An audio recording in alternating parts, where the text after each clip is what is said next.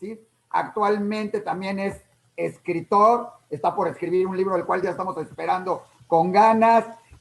Se ha especializado en dar pláticas interesantísimas sobre teología, sobre religión, mucho sobre el pueblo judío, desde una visión muy interesante, la de Irving siempre, y hoy en día además dando pláticas también sobre política de la que es experto, no nada más de México, sino a nivel internacional, hablando de muchos lados del planeta, y en especial algo que tiene, que además de considerarlo un buen amigo y que ha participado también muchas veces con nosotros en Diario Judío, lo considero alguien que siempre habla claro y directo, y eso es muy importante porque sin darle vueltas a los asuntos nos da un punto de vista que como el de hoy será muy interesante para hablar sobre la situación en México. Irving, sin más, un gusto tenerte por acá, el micrófono es tuyo y nuevamente a mí en lo particular siempre me gusta tomarte fotos, escucharte, verte.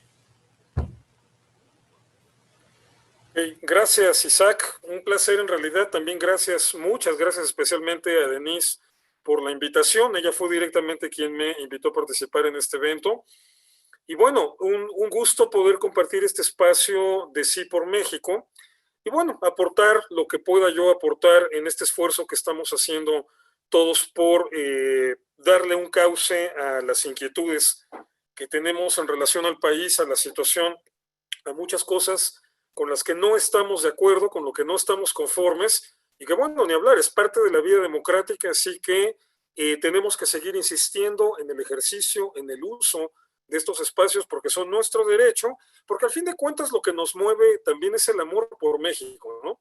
Y estamos obviamente en el esfuerzo de querer aportar algo. Entonces, vamos a comenzar, vamos directamente al tema que propuse y que Denise amablemente aceptó, ella a nombre de todo el grupo que organiza este evento, esta cuestión del inminente desgaste al que está por enfrentarse López Obrador, un presidente que siempre ha tenido un muy particular éxito en sus estrategias de comunicación. Y bueno, se ha hablado mucho de hasta qué punto este éxito ha sido consecuencia de una bien premeditada estrategia, repito la palabra, una bien premeditada estrategia o hasta qué punto ha sido meramente casualidad o coyuntural. La gente que me lee en Twitter o la gente que me ha escuchado en otros espacios sabe que yo he mantenido una postura crítica muy aguda hacia este tipo de facetas del actual presidente y saben que yo no soy particularmente un partidario de la idea de que esto sea una estrategia bien elaborada, bien pensada, bien estructurada. En mi muy personal opinión, lo que yo he visto en López Obrador a lo largo de los años, me refiero ya desde el año 2000 y sobre todo a partir de la campaña para las elecciones de 2006 y todo lo que siguió, el plantón en reforma, etcétera, ha sido una persona más dada a la improvisación que verdaderamente a la planeación. Y creo que lo estamos viviendo ahorita durante su gestión como presidente. Es decir, creo que justamente uno de los principales problemas que tenemos nosotros como ciudadanos y él como gobernante es que suele improvisar, sacarse las decisiones literalmente de la manga, ir en muchas ocasiones de ocurrencia en ocurrencia, inventándose cosas o temas o asuntos para que se deje de hablar de otros y luego la siguiente semana tiene que inventar otros nuevos para que ya no hablemos de los anteriores y así se la va pasando semana con semana. Nunca en la historia habíamos tenido un presidente que cada semana nos sorprendiera con 3, 4, 5 cosas que pueden ser desde muy ingenuas, muy tramposas o a veces simple y llanamente mentiras, engaños. Entonces, es una persona que más bien está todo el tiempo improvisando, alguien demasiado espontáneo. Esto fue una característica que le ayudó mucho, que le sirvió mucho mientras fue opositor. ¿Por qué? Porque, por supuesto, existía todo un marco contextual en el que la gente iba cada vez hartándose más de una serie de problemas que ya podemos llamarles endémicos, es decir, característicos de una región muy concreta del planeta, que es nuestro país, problemas que tienen que ver con corrupción, problemas que tienen que ver con muchas y profundas desigualdades e injusticias sociales, y que bueno, López Obrador en su papel de opositor sí tuvo la capacidad de conectar con la gente. No tanto, creo yo, porque así lo premeditara o porque realmente entendiera cómo estaba logrando conectar con la gente, dónde estaba ese punto sutil, ese nexo a establecer específicamente con las inquietudes de una gran cantidad de la población. Pero bueno, esto de cualquier manera se dio, se logró, se estableció este clic entre López Obrador y su público, y eso fue lo que le dio una cierta fuerza electoral que casi lo lleva a la presidencia en 2006. Ahora, la capacidad real, la capacidad verdadera de López Obrador para conectar con la gente, para poder darse a comunicar, darse a entender y sobre todo darse a querer, la pudimos ver en realidad en el proceso que hubo entre la elección de 2006 y de 2012, donde las preferencias electorales para López Obrador no subieron sustancialmente, mantuvo, digamos, ese voto duro, esa base fiel e incondicional, pero se quedó muy lejos de poder competir realmente contra Peña Nieto en 2018. Entonces, estamos hablando de una elección en la que López Obrador ni siquiera por error, ni por accidente, ni por asomo, logró igualar lo que había hecho en 2006. Entonces, ahí se puede ver su verdadera capacidad. Es decir, López Obrador en ese momento, 2018, no tuvo la capacidad, perdón, 2018 estoy diciendo, 2012, no tuvo la capacidad en 2012, la elección contra Peña Nieto, no tuvo la capacidad de convencer al electorado y perdió la elección.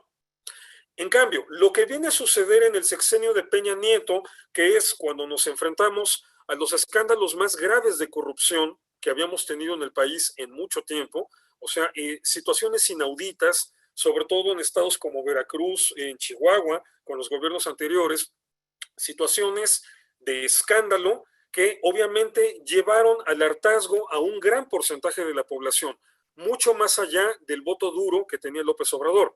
Y que entonces fue la población que en 2018, ahora sí hablo de 2018, la población que estuvo dispuesta a darle este voto de confianza bajo la premisa de que había que cambiar. Había que cambiar. Y en ese momento parecía, a lógica de esta gente, yo no, honestamente yo no voté por él, no me convenció en ningún momento su discurso, ni sus propuestas, ni su personalidad, pero bueno, a juicio de mucha gente, era la opción, el intento, el proyecto de cambio más razonable, porque bueno, ya se había probado con el PRI más de 70 años, ya se había probado con el PAN también y habían sido resultados infructuosos, decepcionantes, muy limitados y que no habían traído soluciones a los problemas de fondo. Entonces, mucha gente lo razona en estos términos y al final de cuentas alrededor de 31 millones de mexicanos le dan su voto y entonces tiene una victoria aplastante. Una victoria que no nada más es aplastante en relación a sus contendientes por la presidencia, sino también en relación a que le da la mayoría en las cámaras y con ello le da un poder casi absoluto. Y bueno, a partir de ahí, a partir de que asume como presidente de la República, López Obrador empieza a desarrollar una característica muy particular de él, que es que él no entiende el poder si no es absoluto. Para él, el poder no tiene sentido si no es absoluto. O sea, en su lógica, y a mi modo de ver es una lógica muy rudimentaria, o sea, una lógica decimonónica, así, del siglo XIX, literalmente, él es el presidente. O sea, ¿por qué carambas habría de pasar que él diga algo y que los demás le digan que no, si él es el presidente? O sea, López Obrador, en muchos de sus conceptos, está atorado en paradigmas arcaicos, y este es uno de los más graves. Él solamente cree en el poder absoluto. Entonces, obviamente, mucha de su acción, mucho de su plan, si podemos llamarle así, pero por supuesto reforzado por el poder, el control que tiene, que ejerce en las dos cámaras, ha sido ir desbaratando, ir desmoronando los contrapesos de poder. Ya hemos visto cómo ha afectado, impactado de una manera contundente, determinante en las autoridades electorales, tanto en el INE como en el TRIFE. Ya lo hemos visto también en la Suprema Corte. Ya lo hemos visto en la relación con los organismos autónomos, desconcentrados, descentralizados, autónomos, con todo este espacio del gobierno federal que tiene que ser autónomo por ley, porque así está establecido, para que puedan ser también un contrapeso al poder ejecutivo, al poder legislativo y al poder judicial. Bueno, ya hemos visto también cómo López Obrador poco a poco ha venido desmoronando, destruyendo esta autonomía para poder al final de cuentas el control, el poder ejercerlo nada más él. Entonces, bien, eso es lo que nos ha llevado a una situación muy compleja en el país, a una crisis autoinfligida, sin precedentes. Estamos hablando obviamente de que esta crisis ya viene desde mucho antes de que empezara la pandemia por COVID. Claro, eso le dio un pretexto, ya lo escuchamos varias veces, en varias mañaneras, decir que íbamos bien, pero la epidemia nos arruinó. No, no es cierto, no íbamos bien. Ya estábamos en recesión. Técnicamente ya estaba, nuestra economía ya estaba en recesión. Completamente atípico, porque una de las características de la economía de México es que, siendo el socio principal comercial de los Estados Unidos, siempre nos hemos movido, digamos, en chiquito, pero al parejo de la economía de estadounidense. Cuando la economía de allá caía, la mexicana también caía. Cuando la economía de allá se levantaba, la mexicana también se levantaba.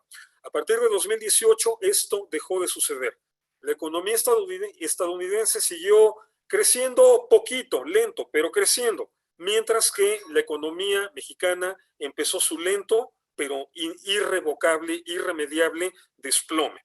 Luego viene aparte la epidemia, la pandemia, y bueno, por supuesto, las cosas empeoran. Entonces, ahorita bien, viene el periodo en que tenemos que, digamos, recomponernos, ya está en ese proceso. Claro, es lógico, una vez que pasara una etapa, digamos, etapa crítica, que en realidad no ha pasado por el pésimo manejo de la pandemia, pero es que las decisiones en realidad no las está tomando mi pariente lejano, las está tomando el presidente. Es decir, las está tomando alguien que no sabe de medicina, que no sabe de epidemiología, y al epidemiólogo lo tiene nada más para justificar la figura, la imagen y las decisiones del presidente. Pero bueno, entonces, obviamente esta situación ha empeorado, pero bien, en algún momento se decide que hay que empezar otra vez a reactivar la economía, porque de lo contrario también habría sido un suicidio, habría sido una crisis terrible para millones de personas, y bueno, con todo y los riesgos que hay, se reactivaron las actividades y obviamente se volvieron a abrir fuentes de empleos, y entonces México está, vamos, regresando. Ahora, el problema va a ser este, no vamos a regresar con la misma intensidad que está regresando el resto del mundo. El resto del mundo está calculando que va a ser tal vez cosa de entre 1 y 2 años para que se restablezca el Producto Interno Bruto per cápita que se tenía antes del inicio de la pandemia, es decir, a finales de 2019. Mientras que en México las expectativas ahorita, este tipo de expectativas siempre tienden a ir empeorando conforme va pasando el tiempo. Pero las expectativas ahorita son a que nos vamos a tardar por lo menos hasta el 2025 para recuperar el Producto Interno Bruto, así llano, tal cual, de 2018. Ya para recuperar el Producto Interno Bruto per cápita, es decir, porque una cosa es recuperar el PIB de 2018, pero otra cosa es tomar en cuenta la cantidad de gente que ha nacido o que ha llegado a edad productiva, a edad laboral en todo el sexenio. Entonces, el Producto Interno Bruto per cápita, que es otra cosa, nos vamos a tardar todavía más en lograrlo, recuperar el nivel de 2018. Algunos calculan que factiblemente hasta 2030. Entonces, estamos hablando de una crisis en la que se ha evidenciado la ineficacia del gobierno. Bueno, ni qué decir de todo lo que ha representado la fuga de capitales extranjeros y la pérdida de la confianza de los inversionistas, tanto los nacionales como, por supuesto, los de otros países. Es decir, estamos hablando de que estos 2 años son el periodo en mucho tiempo en el que más ha crecido la inversión mexicana en el extranjero. ¿Esto qué significa? Que los propios inversionistas mexicanos prefieren invertir su dinero en otro país porque ni siquiera ellos tienen confianza de lo que pasa aquí. Y bueno, después de episodios como el del aeropuerto de Texcoco, como el de la cervecera de Constellation Brands, etcétera, después de este tipo de situaciones, después, por ejemplo, de todo el ridículo descomunal que está haciendo el gobierno en materia de energía, que de repente se da la orden de implementar una nueva un nuevo marco legal en el que se fomenta el monopolio de la Comisión Federal de Electricidad en detrimento de todas las inversiones que había en energías limpias, que esto afecta no nada más a inversionistas nacionales, sino también a inversionistas extranjeros, de repente que resulta que es ilegal y que entonces el gobierno decía, bueno, entonces vamos a cambiar la ley. O sea, ¿qué pasa? Digo, una persona perversa, que muchos me dicen, no, no, es que López Obrador es alguien perverso, todo lo tiene muy bien calculado. Yo no lo creo. Esto me parece muy significativo. Por ejemplo, lo estamos viendo con este proceso de las reglas para la energía, para la industria energética. La idea de López Obrador es, meto los cambios, luego me los tiran en una corte, me los tira un juez porque son inconstitucionales y entonces procedo a cambiar la ley.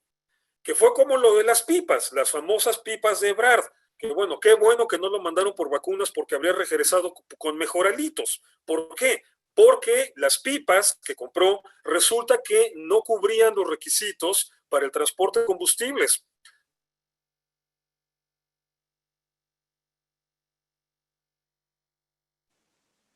Se congeló. Se congeló Irving, ya nos había advertido que su internet tiene Claro. fallitas y ya regresó.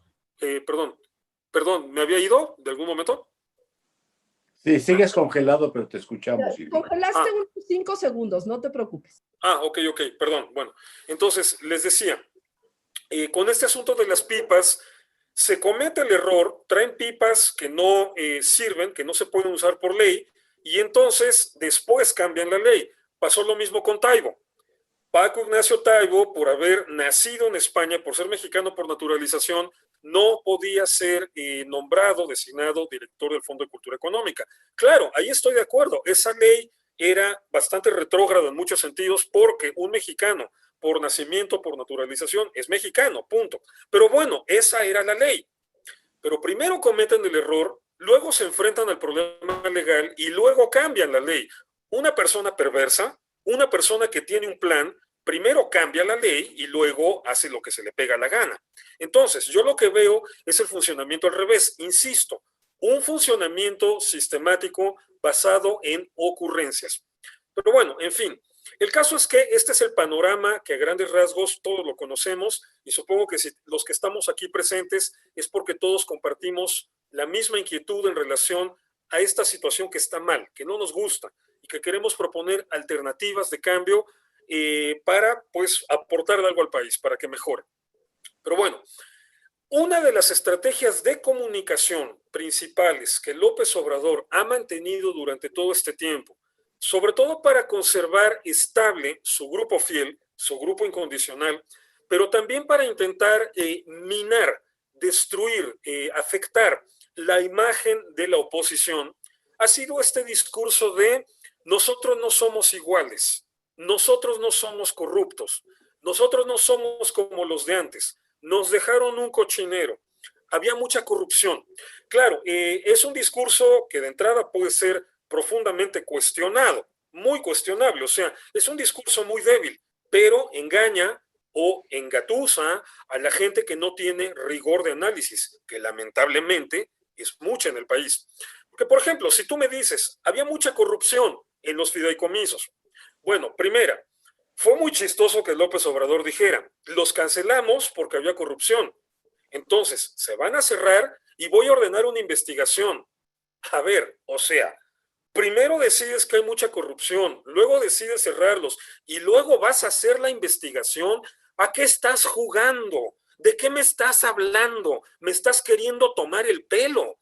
Perdón, las cosas, sobre todo estas cosas, se tienen que hacer bien. Entonces, primero hazme la investigación, luego me traes los resultados y me demuestras que efectivamente existía esa corrupción y luego vemos qué estrategia se diseña para corregirlo. Entonces, ya de entrada, todo el discurso está mal, está absolutamente mal. El señor no sabe lo que está diciendo. Pero bueno, él confía en que la gente tampoco se lo cuestiona y que sus fieles de todas maneras le van a aplaudir y van a repetir como pericos. Es que había corrupción. Bueno, ok.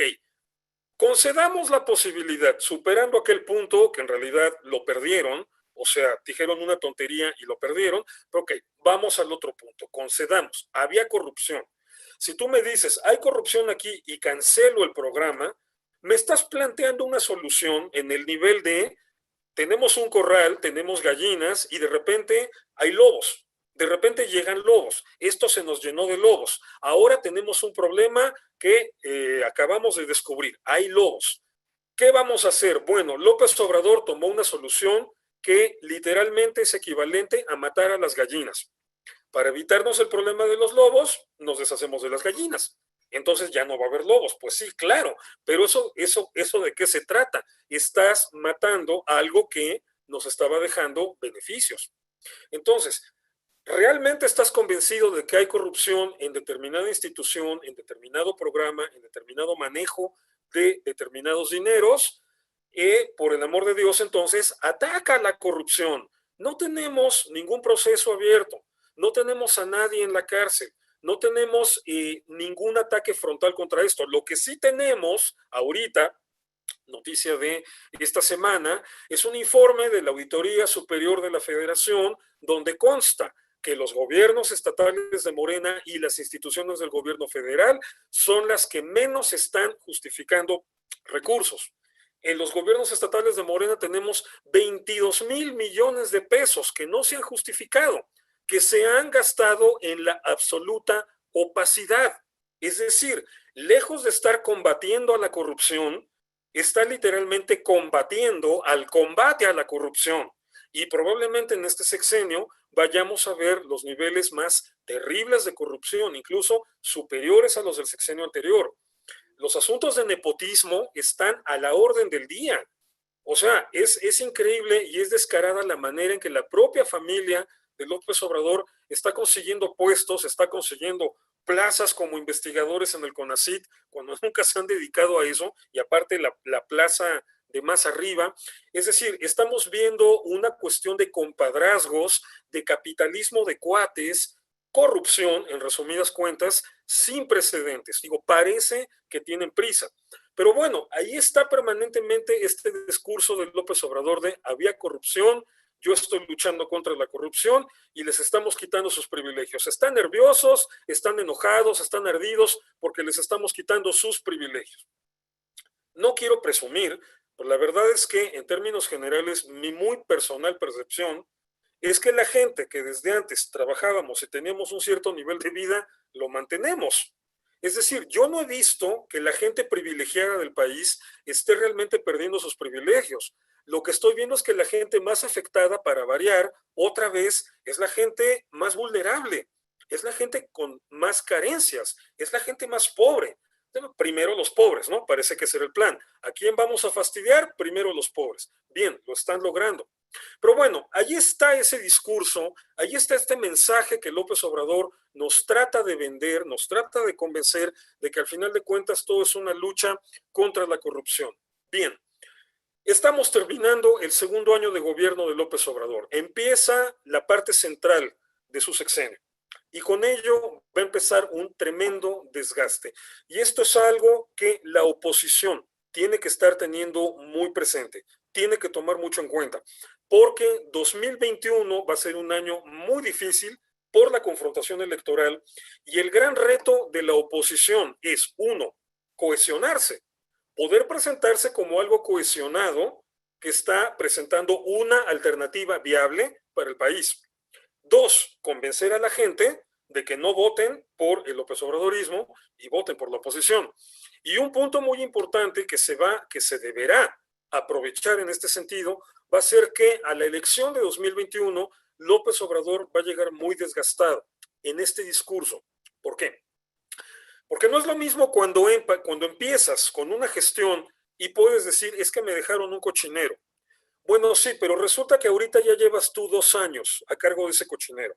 Es decir, de hecho, esto hacía que este pretexto de la corrupción en los fideicomisos fuese un pretexto pésimo. O sea, es que hay corrupción en los fideicomisos. Señor, tú llevas 2 años controlando todo eso. Tú llevas 2 años siendo el gobierno. Es más, tú llevas 2 años siendo el presidente más poderoso de todo lo que llevamos del siglo XXI. Es decir, el único presidente que tuvo tanto poder, el último, antes de López Obrador, fue Salinas de Gortari, que tenía los controles del Congreso y de los otros poderes. eres el presidente con más poder que hemos visto a lo largo del siglo XXI y llevas ya 2 años ejerciéndolo. Entonces, ya no te sirve ese discurso de que hay corrupción. Si hay corrupción, si insistes en que hay corrupción, es tu corrupción, es tu gestión, es tu gobierno, es tu administración, es tu problema, es tu culpa y es tu responsabilidad. Ahorita sí es cuando la sociedad civil se debe fajar bien y decir las cosas así bien claras para que el gobierno, mira, no sé, yo no sé hasta qué punto se vaya a lograr ponerle un freno al gobierno en muchos aspectos, pero por lo menos sí lo podemos presionar a que ellos se obliguen a hacer las cosas mejor. Quiero pensar que sí podemos presionarlos para eso también, que eso también sería una ganancia para México. O sea, si logramos hacer que con esto por lo menos se esfuercen en conectar un poco más las neuronas y proponer mejores ideas y mejores alternativas, bueno, habrá sido un triunfo también de la oposición. Pero entonces sí tenemos que decirles las claras, ya no me vengas con ese discurso de que había corrupción, porque lo que había en los 2 años anteriores ya era tu gobierno, tu gestión, tus decisiones, tu gente, tus estrategias. Entonces, este es un primer punto evidente e inevitable de desgaste en el discurso de López Obrador. Ahora, yo no creo que él vaya a cambiar. Un tirano maquiavélico y perverso que realmente estuviera calculando bien cada uno de sus movimientos, de hecho ya habría cambiado este tipo de discurso desde hace tiempo, porque 2 años es demasiado tiempo. Esto realmente lo tendría que haber cambiado desde hace 1 año o incluso más. Pero bueno, yo no creo que lo vaya a cambiar, que repito, yo no veo un líder maquiavélico, yo veo un líder que todo el tiempo improvisa. Entonces, López Obrador, hay un dicho popular que dice que perro viejo no aprende trucos nuevos, y tiene toda la razón este dicho. Es decir, López Obrador es alguien que ya no se va a plantear a un rediseño de sus estrategias. Ha visto cosas que él cree que le funcionan, porque le funcionaron de manera coyuntural. Casi le sirvieron en 2006. Se hizo evidente que no le servían en 2012. Por una coyuntura muy especial, le sirvieron en 2018. Pero entonces él cree que esto es lo que realmente funciona y entonces va a seguir insistiendo. Claro, le funciona con sus 15 millones de fieles, con su feligresía, literalmente. O sea, es un fenómeno social que tiene muchos tintes de perfil religioso, sectario. Pero bueno, le funciona con sus 15 millones de fieles. Pues son 15 millones de fieles que no le alcanzan para conservar las mayorías en las cámaras en la elección de 2021. Pero va a seguir insistiendo con esta estrategia de comunicación porque no conoce otra, porque no se le ocurre otra. Pero bueno, entonces nosotros como sociedad civil tenemos que estar listos para confrontarlo. Sí, había corrupción. Nadie ha dicho que no. O sea, me encanta esta lógica chaira, ¿no? Le decimos, ¿dónde estabas tú cuando Salinas, cuando López Portillo, cuando... Quejándome? ¿Dónde iba a estar? Quejándome. Yo también me estaba quejando de eso. El hecho de que ahorita me queje no significa que yo haya justificado las gestiones o la corrupción anterior. Pero también hay otro detalle ahí, y se los he señalado a muchos en Twitter, les he dicho. Lo grave, lo verdaderamente grave, no es que yo antes, supongamos, estuviera callado y ahora me queje. Lo grave es que tú antes te quejaras y ahora estés callado. Eso es lo verdaderamente grave.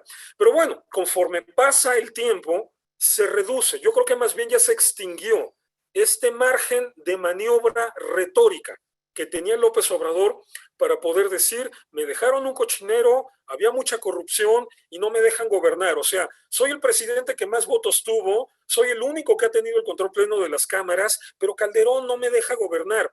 No, ya, eso ya se le acabó. Lleva 2 años gobernando. Entonces, tenemos que ser punzantes, incisivos con ese detalle. Tú estás en el frente del gobierno, tienes todo el poder, llevas ejerciéndolo 2 años. Los problemas que hay ahorita de corrupción son tus problemas, son tu culpa y son tu responsabilidad, porque es tu gestión y es tu gente. Bien, y hay otro bueno, si ustedes creen que esto que acabo de plantear está tremendo, lo que sigue está peor. Otra área, otro territorio, y aquí sí, geográficamente, incluso literal, dos territorios específicamente, en los que la debacle del discurso de López Obrador va a ser todavía peor. El desgaste de su imagen va a ser todavía peor. Me refiero específicamente a Santa Lucía y a Dos Bocas, más que el Tren Maya. Tren Maya todavía tiene más chances de tener más éxito que esto, pero Santa Lucía y Dos Bocas no. Y les explico por qué. Porque no van a funcionar, porque no van a servir. Para López Obrador es fundamental, sobre todo Dos Bocas, empecemos por ahí, porque es el tema que más le escuece. Dos Bocas es un asunto fundamental para él, porque en todo este paradigma arcaico en el que se desenvuelve permanentemente, toda su configuración mental es setentera, literalmente es setentera. O sea, está atorada en este momento de gloria y esplendor que tuvimos en el sexenio de López Portillo por el descubrimiento del yacimiento de Cantarell, que de hecho de ahí vino, digamos, el éxito económico aparente que tuvo ese sexenio en el sentido del crecimiento. O sea, pareciera uno de los sexenios en los que más se creció, pero bueno, es que todavía empezaba, más bien, apenas empezaba esa bonanza petrolera, que obviamente la bronca del petróleo es que era un negocio que te permitía razonar de manera falaz. Un negocio tan bueno, tan generoso, tan noble, que aún manejándolo el Estado, digo, quieren hacer mal un negocio que lo maneja el Estado. Esa es una ley universal demostrada después de 100 años, 103 años, desde la Revolución Rusa, de contrastación entre capitalismo y socialismo. Está claro el asunto. ¿Quieres que un negocio salga mal? Déjaselo al Estado. Pero bueno, el negocio petrolero era tan generoso en ese momento que aún una empresa paraestatal como Pemex podía tener montones de ganancias. El último gran ejemplo patético, incluso en sus características que vimos de esto, es el de Venezuela. O sea, como una pésima administración, pésima gestión del negocio petrolero, de todas maneras le dejó a Hugo Chávez cañonazos, millones, billones de dólares, que le permitieron creerse el cuento de que el socialismo que él proponía servía. Y ahí tienes a toda esa América Latina embobada con estas ideas, creyendo que de verdad eso era una opción y levantándolo como el héroe. Bueno, la historia ya se encargó de poner a Hugo Chávez en el absoluto bote de la basura. El problema es que tenemos un montón de gente, perdón que lo diga en estos términos, con alma, con espíritu, con vocación de indigente, de pepenador. Digo, hay gente que está viviendo en esa situación porque la vida lo ha puesto allá a la fuerza, pero hay gente que por su mentalidad quieren tener esa mentalidad de estar hurgando entre la basura y por eso siguen defendiendo a Cuba y a Hugo Chávez y a Maduro. Gobiernos, regímenes que han hundido en la miseria a sus respectivos países. Entonces, el petróleo es un negocio falaz. Aparte, es un negocio que va de salida. Ya, vamos, British Petroleum y otras grandes empresas petroleras internacionales están girando hacia las energías limpias, no por una conciencia ecológica. Al planeta lo van a salvar los países capitalistas, no por conciencia ecológica. Seamos honestos, somos bien rudimentarios, bien brutos para esto. Lo van a salvar porque en las energías limpias hay dinero, hay negocio. Por eso lo van a salvar. Por eso incluso Estados Unidos, con todo y que es que Donald Trump se salió del Tratado de París, pues sí, con todo y la decisión de Trump de abandonar el Tratado de París y el protocolo de Kioto y todo eso, con todo y eso, en los últimos 5 años, en Estados Unidos se han abierto más plantas de energías limpias y alternativas que de carbón. ¿Por qué? Porque hasta Estados Unidos ya dio el giro. Pero López Obrador sigue atorado en el paradigma setentero, sigue pensando que la gloria nacional se tiene que basar en el petróleo, o sea que petróleo y soberanía van de la mano. O sea, imagínense, eso ni siquiera es un paradigma de los 70s, es un paradigma de los 30s, un paradigma cardenista, pero del papá, de Tata Cárdenas, de Lázaro Cárdenas. Entonces estamos hablando de verdaderamente una cabeza atorada en el pasado.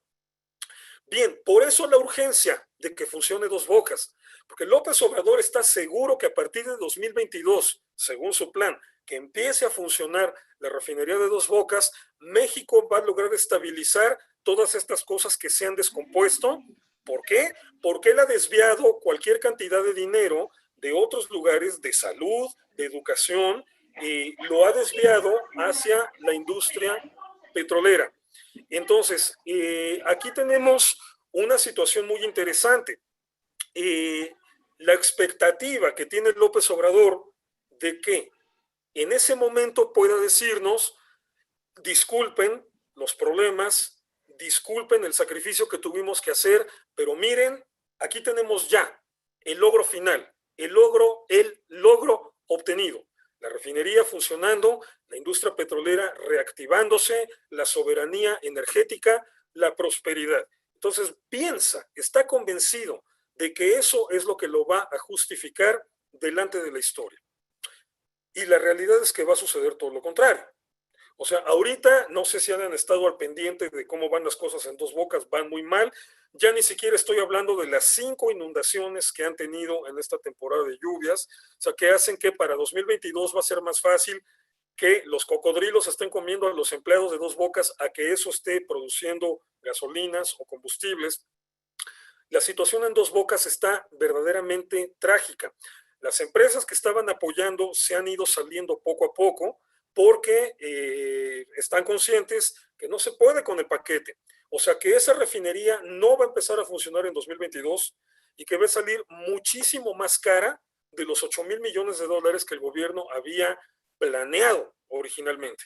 Es decir, que en resumidas cuentas va a ser nada más un tiradero de dinero. Normalmente, para una refinería, la pura planeación, el puro diseño de la refinería se lleva 5 o 6 años. La refinería de Dos Bocas hace 2 años no había ni siquiera un plano de cómo tenía que ser. Apenas se publicó en las noticias esto de que el gobierno ya había hecho el contrato con las empresas, sobre todo empresas como Samsung o LG, no me acuerdo cuál de estas dos, una empresa coreana, y las empresas que van a surtir de maquinaria. Pero bueno, vino toda una aclaración por parte de gente especializada que especificaron, no se firmó el contrato, no se aseguró el contrato. O sea, apenas se estableció el acercamiento. ¿Por qué? Porque antes de que estas industrias puedan firmar un contrato de te voy a entregar toda esta maquinaria, tiene que diseñarse la maquinaria específicamente para la refinería. O sea, esto no es como comprar refrigeradores o como comprar estufas. O sea, no son máquinas que ellos las hacen y tú vas ahí a un anaquel, a veces, me llevo esta me gusta, quiero 2 de esta y 3 de esta. No. Estamos hablando de maquinaria de alta especialización que se tiene que diseñar de acuerdo a las características específicas de la refinería que se está construyendo. Entonces, el proceso para que eso se haga se tarda, si te va bien, se tarda 8 meses, 10 meses. A veces el puro proceso de diseño se llega a tardar 1 año o hasta 2 años. Entonces, de aquí a que se diseñen las máquinas, se hagan los contratos, las empiecen a hacer y las entreguen, porque tú crees que las máquinas nada más las ensamblan y ya, que ya las tienen prefabricadas. A ver, no son máquinas para fabricar tortillas. Estamos hablando de las máquinas que van a hacer operar una refinería. Estamos hablando de máquinas que se pueden también llegar a tardar hasta 2 años en ensamblarse. Son temas que López Obrador simple y sencillamente no conoce, desconoce por completo, pero él tiene que tomar las decisiones. Entonces, hay un hecho absoluto y definitivo. En 2 años, o ya año y medio casi, porque ya estamos a finales de 2020, en año y medio Dos Bocas no va a estar funcionando. De hecho, me atrevo a decirlo, a finales del sexenio, Dos Bocas va a seguir en obra negra. Y ahí sí, López Obrador no va a tener a quien echarle la culpa, que fue su idea. Ahí sí, desde cero, desde el principio, fue su idea. No se ha dado cuenta que esa obra, que ese proyecto, va a ser su tumba, un mausoleo de 4ª categoría, de 4T, literalmente. Pero va a ser la tumba de su prestigio político, la tumba de su legado político. O sea, el emblema de lo que para ese momento probablemente ya sea el sexenio más desastroso y más corrupto en la historia del México moderno. Y con Santa Lucía es un asunto similar. Estamos hablando de un aeropuerto que tal vez lo tengan por lo menos en una etapa inicial y ya un poco funcional, medio acabado para 2021, que es el plan. Denle chance, digamos que para 2022, que para las mismas fechas. Es decir, que para cuando esté terminando esta parte central del sexenio. Santa Lucía tampoco va a funcionar. ¿Por qué? Porque el cruce que se da de rutas con el aeropuerto Benito Juárez aquí en la Ciudad de México hace inseguro el tráfico aéreo pesado. Bueno, se acaba de anunciar hace más o menos 3 semanas o casi un mes que ya es un hecho que las 2 pistas de Santa Lucía no pueden funcionar al mismo tiempo, solamente puede funcionar una o solamente puede funcionar la otra. Entonces, por eso, desde hace más o menos un año que los principales grupos de aviación, las principales líneas aéreas, o sea, las grandes líneas aéreas, le dijeron claro y directo al gobierno de México que no iban a hacer uso de las instalaciones de Santa Lucía. Y detrás de los grandes consorcios de aerolíneas, todas las aerolíneas chiquitas, las aerolíneas que generalmente transportan gente del interior del país a los grandes centros aeroportuarios, como la Ciudad de México, para que sus clientes hagan transbordos. O sea, si tú vives en Aguascalientes y vas a Texas, difícilmente vas a encontrar un avión directo de ahí para allá. Entonces tienes que venir a la Ciudad de México y aquí tomar un avión de una aerolínea grande que vuela a Texas. Entonces, estas aerolíneas pequeñas y medianas necesariamente tienen que estar donde están las aerolíneas grandes, porque la gran mayoría de sus clientes hacen transbordo. Entonces, las aerolíneas pequeñas ya también dijeron, si las aerolíneas grandes no van a Santa Lucía, nosotros tampoco. Así de simple. ¿Y por qué no van? Pues por la simple y llana razón de que el MIT, el Instituto Tecnológico de Massachusetts, que es el que tiene, digamos, la instancia que se encarga de valorar y evaluar la viabilidad de este tipo de aeropuertos, o sea, para decir, este aeropuerto sí funciona como un aeropuerto internacional, generalmente lo que se requiere es el aval de los especialistas del Instituto Tecnológico de Massachusetts. Y ellos ya dijeron que no, que el aeropuerto de Santa Lucía no cubre los requisitos y no funciona como aeropuerto internacional. Para López Obrador ese es un problema fácil de solucionar. O sea, repito, en su perspectiva rudimentaria de las cosas, para López Obrador dice nada más cuestión de no, vamos a hablar con ellos. O sea, como si todo fuera cabildeo político. El señor estaba acostumbrado que todo era cuestión de tomarle el zócalo a Salinas, recibir la nota de Salinas y ya, o sea, me puedo arreglar contigo. ¿Por qué? Porque te presiono, porque te espanto, porque la movilización social, porque el pueblo bueno, los pretextos que quieras. El punto es que cabildeando, haciendo politiquería, te convenzo y nos entendemos, ¿no? O sea, esto no es una cuestión técnica. Ya lo dijo Riobó, ¿no? En un comentario que merecía el Premio Nobel de la Aviación. Los aviones no pueden chocar porque se repelen. O sea, en ese nivel de pseudociencia andamos. Y esta es la lógica de la 4T. O sea, hablamos, negociamos, esto no es técnico. Esto es de intereses de dinero. Se están preocupados porque pueden perder sus privilegios, porque el gran capital, porque los grandes consorcios, porque las oligarquías, bla, bla, bla, toda esa perorata marxistoide. O sea, no, negociamos, hablamos, los convencemos que somos distintos, ya no hay corrupción, ya no nos estamos robando el dinero y van a ver que sí van a querer volar. Pues no. Hay algo que se llama realidad y que no puedes destruirla. Si te embarras contra ella, te revientas. Si tomas más vuelo y más velocidad y más fuerza para chocar contra ella, te va peor. Esa es la bendita cualidad de la realidad. Ahí está, creas o no en ella. Y la realidad es que, vamos, imagínense en qué nivel está la realidad, que había un cerro que no habían visto. A ese nivel está su negación de la realidad. Ni siquiera habían visto un cerro que está ahí enfrente. Bueno, la realidad es que ese aeropuerto no funciona como aeropuerto internacional por las rutas, por la cercanía geográfica y la forma en la que están colocados ese y el aeropuerto de la Ciudad de México, el Benito Juárez, que son dos terminales aparte. Entonces, bueno, Jiménez Espriu en su momento propuso una solución maravillosa, ¿no? Dijo, bueno, pues si el problema es que no puede haber tantos vuelos, pues que no haya tantos vuelos, que se hagan menos vuelos. O sea, el pobre señor no estaba enterado que todo esto de hacer otro aeropuerto era justo porque estaba creciendo la demanda y se necesitaba un espacio para mayor tráfico aéreo. Se le olvidó ese detallito, Jiménez Espriu. Bueno, así andaba el nivel de negación de la realidad. Pero entonces, Santa Lucía es otro proyecto que nació muerto, que nació sentenciado al fracaso. Y otro proyecto en el que el presidente no va a poder culpar a nadie más que a él mismo, que fue su idea, fue su obsesión, fue su capricho, fue su insistencia.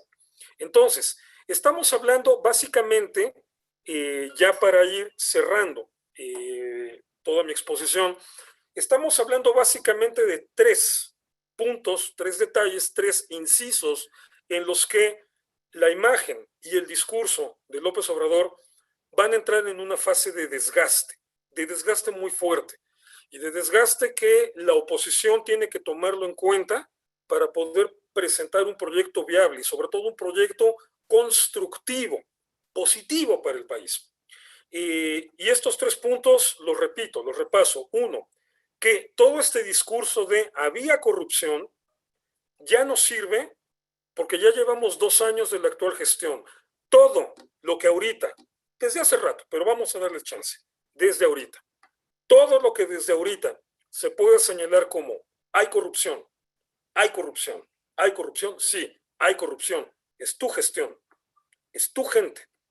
Y te recuerdo que tú eres el presidente con más poder que ha tenido México desde Carlos Salinas de Gortari. Así que es tu responsabilidad y ahorita sí es tu culpa. Antes podías decirle, ok, sí, no es tu culpa, lo heredaste así, de acuerdo, eso nadie lo ha negado y nadie lo va a negar, pero es tu responsabilidad, porque tú eres el que está a cargo ahora. Bueno, no, ahora ya se le puede decir, es tu responsabilidad y es tu culpa, porque tú eres el que lleva 2 años administrándolo, gestionándolo.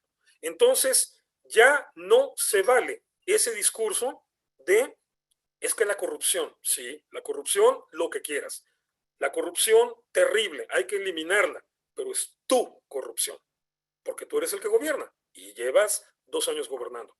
2, segundo inciso, el mega mausoleo de 4ª categoría, de 4T, que va a tener López Obrador como político y que se llama Dos Bocas.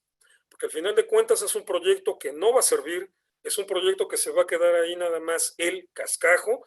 Tal vez lo podamos implementar como parque recreativo para los cocodrilos de la zona. Pues un proyecto que va a significar la tumba en todo sentido del que hubiera sido el posible legado de López Obrador a la posteridad. O sea, el proyecto inservible. Aparte, el proyecto caduco. Estamos hablando de un negocio que ya está caduco. Ahorita lo que había que invertirle era a la industria petrolera, a las energías limpias, no a la industria petrolera. Pero no, o sea, todo el dinero se fue para allá. ¿Por qué no hay dinero ahorita? O sea, ¿por qué se fue sobre los fideicomisos López Obrador? Porque no tiene dinero. No es por otra cosa, es porque ya no tiene dinero. ¿Y por qué no tiene dinero? Porque se lo está chupando Pemex y se lo está chupando Dos Bocas. Entonces, todo ese dinero desperdiciado, al final de cuentas, dentro de 2 años, en 2020, año y medio, 2022, va a ser evidente que se desperdició para nada, que se dejó morir gente en la pandemia, que se saqueó, se desmanteló al sistema de salud cuando estábamos enfrentando una pandemia, para nada, que se dejó morir a niños con cáncer, porque ya no hubo medicinas, porque ya no hubo quimioterapias, porque ya no hubo tratamientos, para nada. O sea, todo este discurso de disculpen los problemas, disculpen los sacrificios, aquí está el esplendor petrolero mexicano, no va a existir, no se va a lograr. Todo ese sacrificio fue para nada. y a partir de 2022 va a ser evidente. Y con Santa Lucía, una situación muy similar, no tan drástica, no es el proyecto que esté chupándose todo el dinero como si lo está chupando todo lo que tiene que ver con el petróleo, pero es una situación en la que también va a hacerse evidente el completo desatino, la pésima decisión, el fracaso rotundo de los proyectos de López Obrador. Y estamos hablando de dos proyectos en los que no va a poder echarle la culpa a nadie, porque desde su origen fueron sus proyectos. Entonces, vamos a entrar en la fase de desgaste de la imagen del presidente, en la fase de desgaste de su discurso, estos 2 años intermedios del sexenio, que literalmente lo van a convertir en gran medida en un cadáver político durante los 2 últimos años del sexenio. O sea, verdaderamente ahí es en donde más me parece que se va a exhibir que realmente no hubo planeación, que no había estrategia, que no había una mente maquiavélica manipulando las cosas, sino una permanente manía por improvisar ocurrencias, no importa que fueran contradictorias, si decía una cosa un día, podía decir lo contrario al día siguiente. ¿Por qué? Porque sus incondicionales de todas maneras le aplauden. Pero bueno, al final de cuentas, son los 2 años críticos para el sexenio de López Obrador, los 2 años en los que corre el riesgo de desgastarse hasta quedar hecho polvo. Claro, puede no pasar, podría ocurrir un milagro y que el tipo cambiara, que de repente alguien lo hiciera entrar en razón y tomara decisiones para dar un giro, pero yo no creo que vaya a pasar. Honestamente, yo no soy optimista al respecto. Entonces, creo que ahí es nuestra urgencia, nuestra obligación, nuestra necesidad como sociedad civil, estar listos, una, para tomar las acciones que mantengan a México activo, funcionando en la medida de lo posible. Pero 2, para hacer propuestas, proponer opciones alternativas viables, razonables, sensatas y, sobre todo, positivas, que le aporten algo al país. Obviamente tenemos que pensar en términos de estadista, ya que en la presidencia no tenemos a uno. La sociedad civil tiene que asumir ese papel y, por ejemplo, si en un momento dado logramos convencer a la gente de Morena en las cámaras de que cambien de opinión y empiecen a hacer cosas bien, hay que hacerlo. No podemos cometer el mismo error no es error, el mismo crimen que cometió el López Obradorismo durante tantos años de no te voy a dejar, o sea, lo que hicieron con Fox, lo que hicieron con Calderón, lo que hicieron con Peña Nieto, no te voy a dejar que tengas éxito, aunque te lleves a los mexicanos entre los pies, no te voy a dejar que tengas éxito para poderte ganar la próxima elección. Ese es un nivel de mezquindad criminal y no podemos ni siquiera, no debemos rebajarnos a eso. Si en un momento dado podemos presionar, poner a las cámaras, esto va a ser más bien con las cámaras, no con la presidencia, pero podemos poner entre la espada y la pared a las cámaras para que hagan las cosas bien y le empiezan a hacer las cosas bien por el amor de México y por la gente más vulnerable y la gente que más está necesitada y sufriendo, tenemos que hacerlo.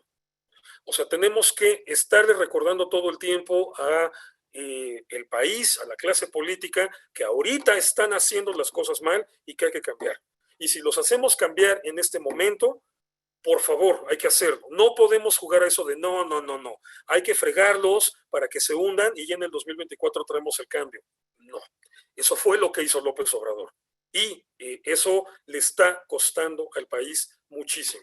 Le está costando incluso vidas. Entonces, no podemos ser así.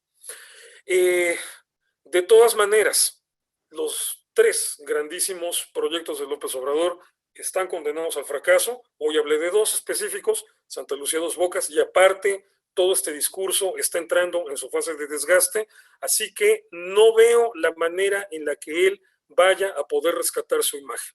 Cualquier historiador que haga un análisis rápido, fácil y mínimamente riguroso de lo que pasó en México, ya fíjense, ya lo estoy diciendo en tiempo pasado, de lo que pase en México en este sexenio de 2018-2024, simplemente va a sentenciar que tuvimos al peor presidente de la historia del México moderno. Pero bueno, nuestro papel como ciudadanía es intentar corregir desde ahorita, desde ya. Así que bueno, gracias por este espacio, gracias por poder colaborar en este sentido, con este esfuerzo que se está haciendo, por poder poner ahí un granito de arena y bueno, pues a seguirle echando ganas, a seguir adelante con esto. Y le regreso la palabra en este momento a Denise por si hay comentarios o preguntas y respuestas que podamos tomarnos unos minutos más para esto. Gracias. Muchísimas gracias, Irven. Ahora, Olguita te va a hacer una pregunta. Llegaron una cantidad de preguntas y de comentarios. La gente está muy contenta con tu participación. Olguita, por favor, adelante. Gracias. Muchas gracias. Pues sí, muchísimos comentarios, Irving. Encantados por tu forma tan maravillosa de hacer análisis. Una de las preguntas que nos ponen aquí es, ¿cómo ve Irving el panorama en las relaciones Estados Unidos-México a partir de la probable victoria de Biden en las elecciones estadounidenses? ¿Y cómo se explica el fenómeno de obradoristas pro-Trump? Bueno, vamos por orden. Creo que el panorama se le puede complicar a López Obrador con Biden como presidente de Estados Unidos, porque con cualquiera de los dos era complicado, sobre todo por los términos en los que se renegoció el Tratado de Libre Comercio, lo que antes era el TLCAN, que ahora es el TEMEC. Los términos en los que se negoció y que las políticas energéticas en México violentan esa normatividad, es decir, no permiten la libre competencia. Entonces México va a tener problemas por ahí. Pero hay una diferencia. Trump, en ese sentido, es un tipo de político muy parecido a López Obrador, por lo menos en un aspecto. También le encanta improvisar. Es más veleidoso. O sea, es un político más enfocado en las cosas que él percibe como lo que le conviene en el momento y que por lo tanto no se obliga a sí mismo a ser riguroso en los aspectos legales. Bueno, se está viendo, ¿no? O sea, creo que eso ni lo tengo que explicar. Es de esperarse que Biden y los demócratas sean un poco más apegados al texto, más apegados al espíritu de las reglas, al espíritu de la ley, vamos a llamarle así. Entonces, en caso de fricciones que puedan haber por este tipo de situaciones con el TEMEC, sí, va a ser mucha mayor la presión de un gobierno demócrata, de Biden y su equipo, para que México haga las cosas como están escritas, como las tiene que hacer. Probablemente le van a tener menos paciencia a López Obrador en ese sentido. Hay otro tema también ahí grave, que es el del narcotráfico, que, bueno, es evidente que López Obrador simple y sencillamente ha renunciado a confrontarse de manera abierta con los cárteles. Y bueno, eso es algo que tarde o temprano no le va a gustar a Estados Unidos. Ahí por la simple razón de que compartimos una frontera enorme. No digo que la más grande, porque bueno, la de Canadá es todavía mayor, pero compartimos una frontera enorme con los Estados Unidos. Entonces, esto es un problema, el narcotráfico, el narco en México es un problema de impacto internacional. Entonces, también es muy probable que tarde o temprano Trump o Biden, ahí daría igual, venga un jalón de orejas fuerte, solamente que mi muy personal opinión es que con los demócratas este jalón de orejas sería más duro. O sea, le tendrían menos paciencia, serían más intransigentes. Y sobre todo porque sí fue muy evidente en otros momentos, no ahorita en el proceso electoral, pero sí en otros momentos sí fue muy evidente la preferencia de López Obrador por Trump y el desdén por Biden. Entonces, creo que se le puede complicar. O sea, sería más complicada, más bien, vamos a decirlo así, sería más complicada la relación con Biden que con Trump. Ahora, ¿por qué de repente tenemos a un buen porcentaje de la izquierda mexicana defendiendo a Trump? Bueno, ¿qué les puedo decir? Los milagros del capitalismo, ¿no? O sea, es increíble y lo peor del caso es, me encanta, no tienen idea cómo disfruto cuando leo en las redes sociales la superioridad moral con la que argumentan. la superioridad moral con la que nos dicen están ardidos, ponte vaselina, te quitaron tus privilegios, etcétera. O sea, no son capaces de verse en el espejo. Ustedes se lo hubieran imaginado, la izquierda mexicana, bueno, un sector, no toda, pero la izquierda mexicana defendiendo a Donald Trump.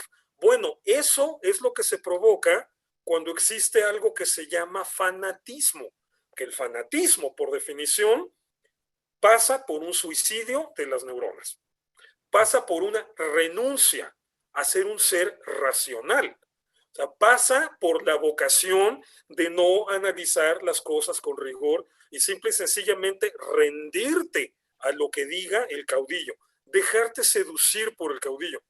Les recomiendo una novela buenísima de Enrique Serna, novelón, o sea, aparte de que es muy amena la narrativa, muy fácil de leer, es un librote, es un ladrillote, pero es muy fácil de leer, muy bien documentada, se llama El seductor de la patria y es sobre el López del siglo XIX, sobre Antonio López de Santana, novelón, por donde el autor Enrique Serna retrata de una manera increíble cómo son este tipo de caudillismos seductores que hacen que la gente simple y sencillamente se comporte de un modo completamente irracional. Y lo están viendo. De veras, disfruten el show, porque esto no lo van a ver en cualquier momento de la historia. O sea, el Barcelona de Messi y la izquierda mexicana hablando bien de Trump son espectáculos que no se van a ver 2 veces en el siglo. Así que disfrútenlo ahorita.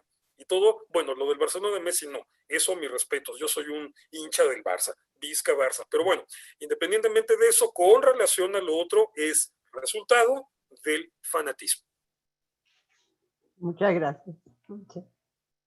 Irving, mira, te quiero platicar que ahorita tenemos literalmente centenas de personas presenciando tu plática y no es para menos porque ha estado de poca, está buenísima.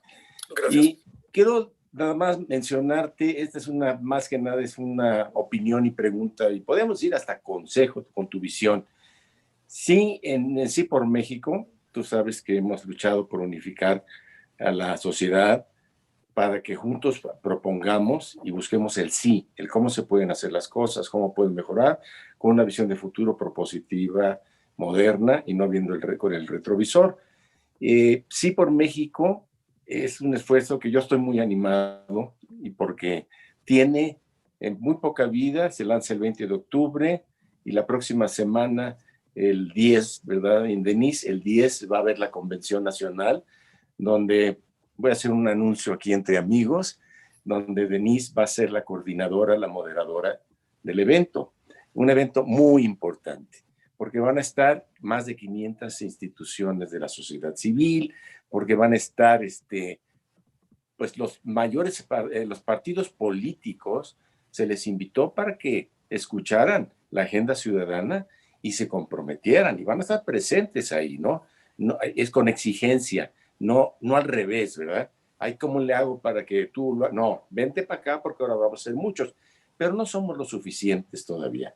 Somos quizá 100,000 personas y necesitamos llegar a muchas, a 10 millones de personas registradas, activadas, localizadas geográficamente, porque la primera meta va a ser el 2021, porque el único cambio que vemos factible es detener por medio del Congreso.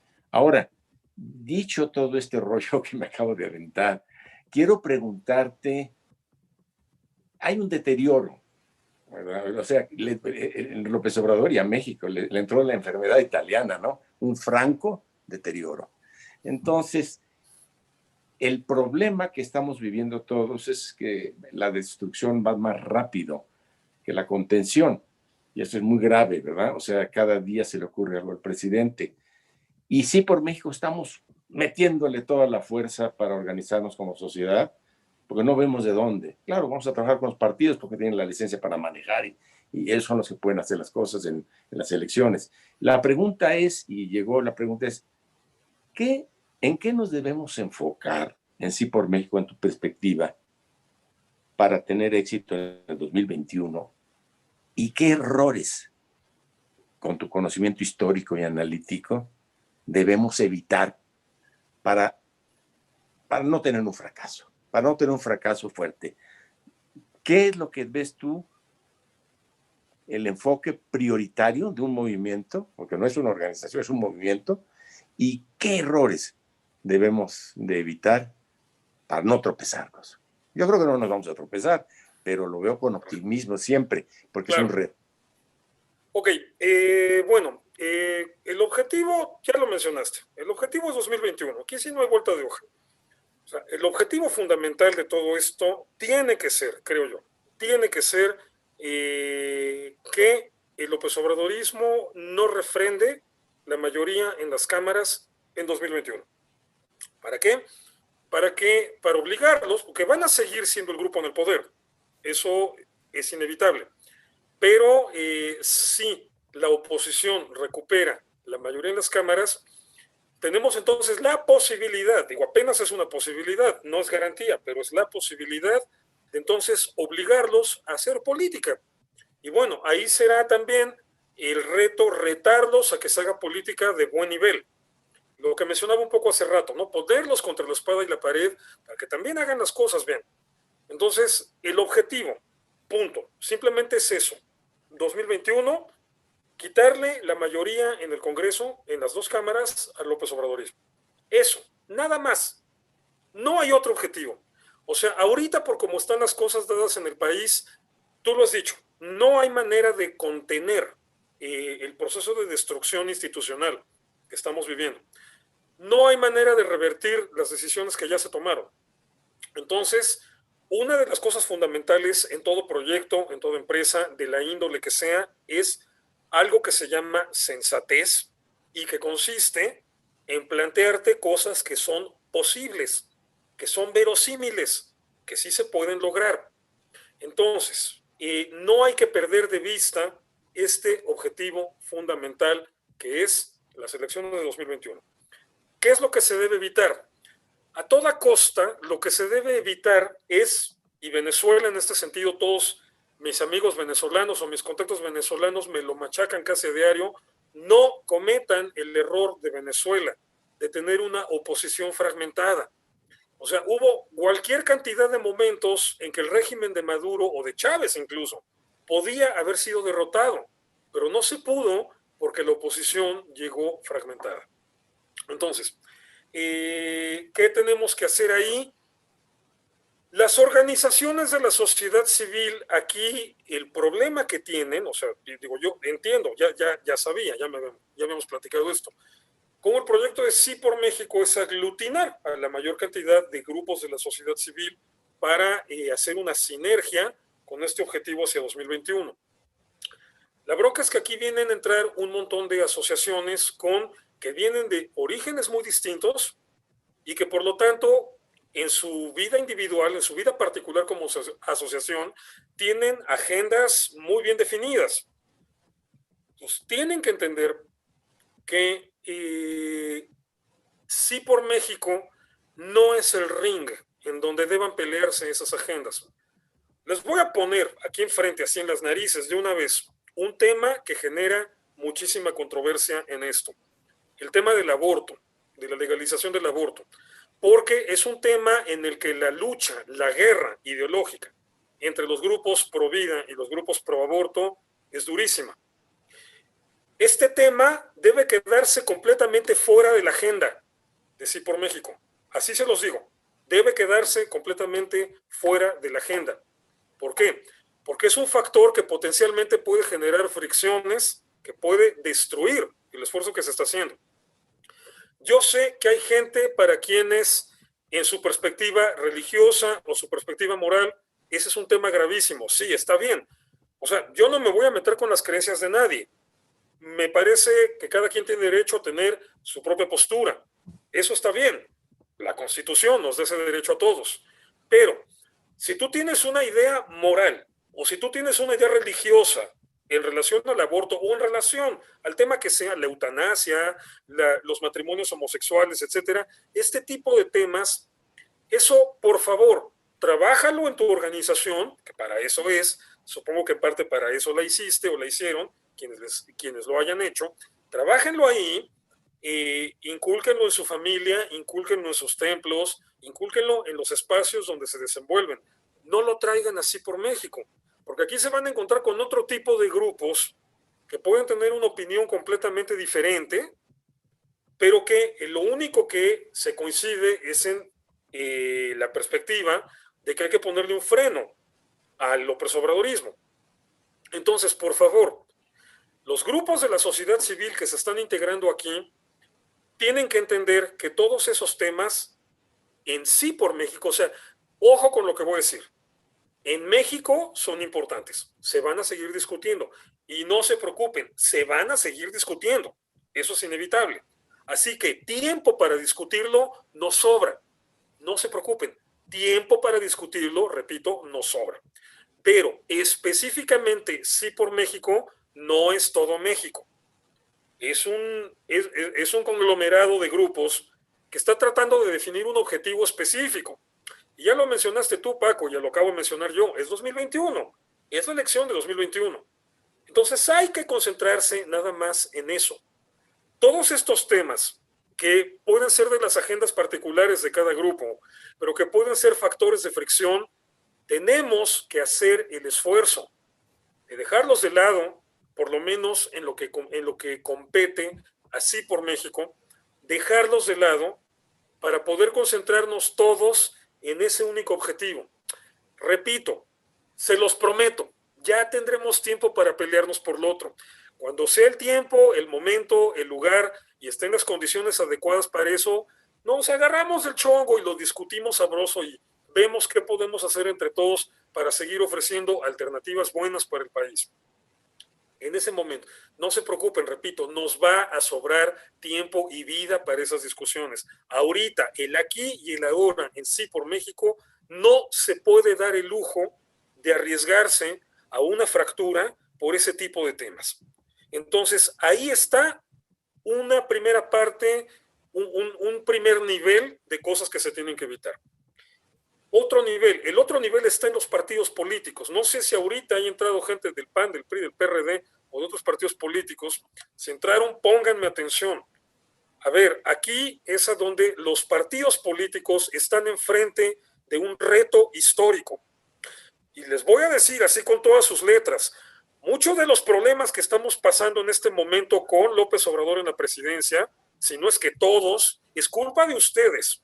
Es culpa de la manera en la que han funcionado los partidos políticos como instituciones, que en muchos momentos han sido absolutamente disfuncionales y se han dedicado a defender sus intereses y no los intereses del pueblo, no los intereses de la gente. Entonces, a ver, va siendo hora de que entiendan el reto histórico que tienen ahorita en esta que es la coyuntura política, social, económica y hasta sanitaria más grave que ha enfrentado México en cualquier cantidad de décadas. Entonces, los partidos políticos tienen la obligación de comportarse a la altura, de estar a la altura de las necesidades de México. Y eso pasa por estar dispuesto a ceder lo que llamamos el voto útil. La condición ideal sería que los partidos de oposición llegaran cohesionados en un frente amplio. Claro, está todo este discurso de, pero es que cómo mezclas la izquierda con la derecha. A ver, señores, la geometría política, eso de izquierda y derecha, es de los 60s, de los 70s. Ya está caduco el concepto.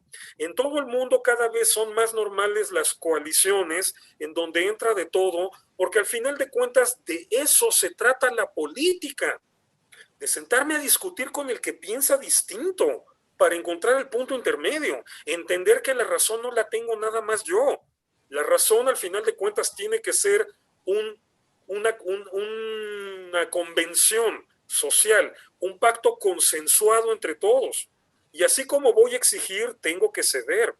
Entonces, la mejor alternativa para hacer política ahorita es en grupos amplios que integren cualquier cantidad de espectros ideológicos, tal vez nada más 2, tal vez 20, lo que sea, y que desde allá adentro ya se genere esta discusión política, pero discusión de buen nivel, discusión que busque soluciones, no discusión que busque complicidades, discusión que busque soluciones en función de las necesidades reales de la gente.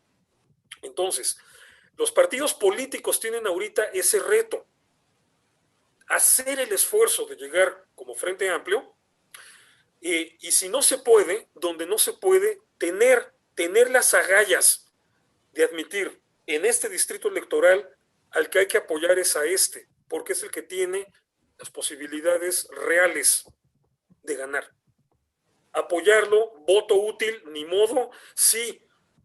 No les voy a decir, pero hay partidos por los que a mí me dolería votar profundamente, porque he tenido mis ideas políticas, mis filias, mis fobias, como cualquier otra persona, pero si en un momento crucial hay una cuestión de voto útil, tenemos que entender, vamos a decirlo en buen mexicano, que ahorita el horno no está para bollos.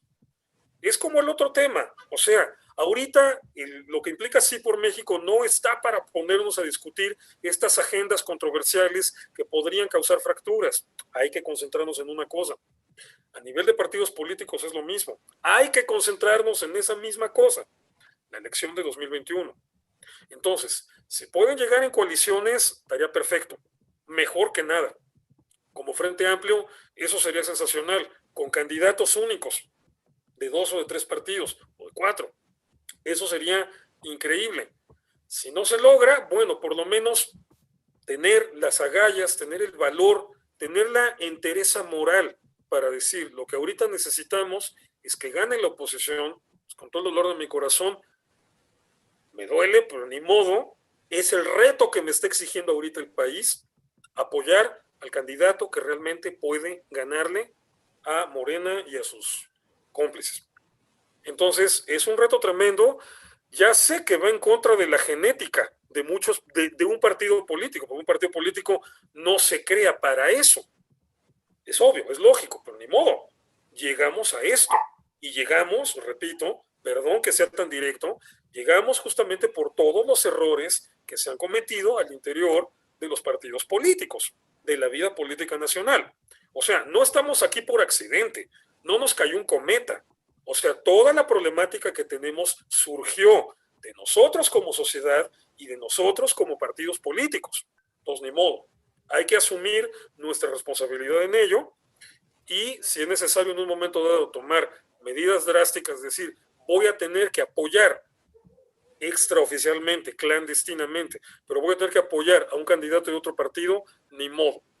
En este momento hay que hacerlo por México. Y digo, bueno, México es un país tan complejo que en algunos casos habrá que apoyar a unos y en otros lugares habrá que apoyar a otros. Así que la situación de todas maneras se va a empatar.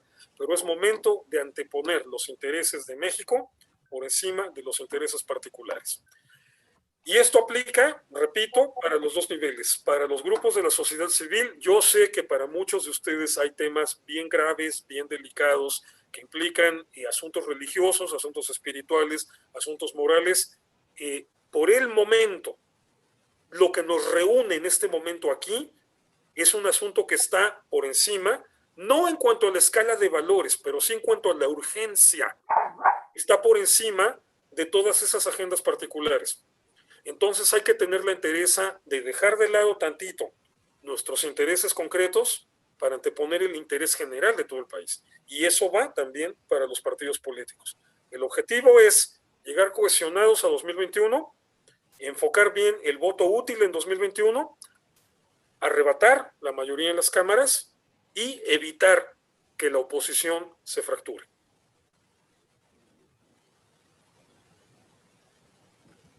Denise, ¿voy yo?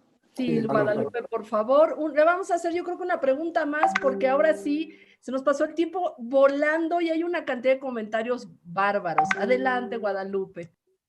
Irben, muchísimas gracias. Ha sido muy interesante toda tu plática. Yo leí El seductor de la patria de Enrique Serna y de verdad sí es un libro que te agarra y describe a Santana lo describe como ser humano con sus cualidades y con todos sus defectos, pero lo describe muy bien. Es una historia novelada muy buena.